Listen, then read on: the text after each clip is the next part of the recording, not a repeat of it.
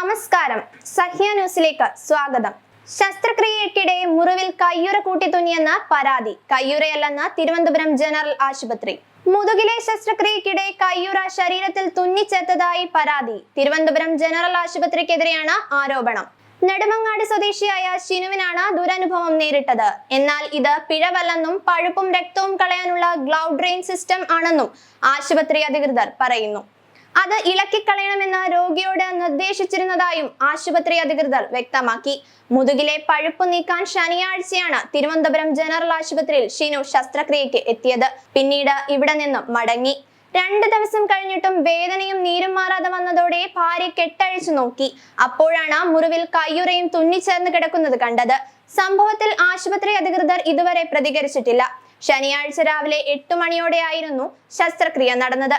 എന്നാൽ അതിനുശേഷവും കടുത്ത വേദന ഉണ്ടായതിനെ തുടർന്ന് ശസ്ത്രക്രിയയിൽ പിഴവ് സംഭവിച്ചോ എന്ന് സംശയം തോന്നിയിരുന്നു.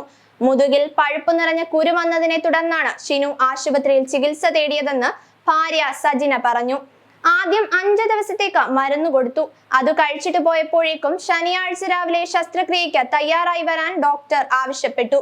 ഉച്ചയ്ക്ക് 12 മണിയോടെ ശസ്ത്രക്രിയ പൂർത്തിയാക്കി വീട്ടിലേക്ക് മടങ്ങി. എന്നാൽ വേദന കൊണ്ട് ഉറങ്ങാൻ പറ്റാതെ വന്നതോടെയാണ് മുറിവിലെ കെട്ടഴിച്ച് പരിശോധിച്ചത്. കയ്യുറയുടെ വലിയൊരു ഭാഗം ശരീരത്തിൽ തുന്നിച്ചേർത്ത് വെച്ചതാണ് കണ്ടതെന്നും സജിന പറഞ്ഞു. സംഭവം പരാതിയായതോടെ ഇവരോട് ആശുപത്രിയിലേക്ക് വരാൻ അധികൃതർ ആവശ്യപ്പെട്ടിട്ടുണ്ട്.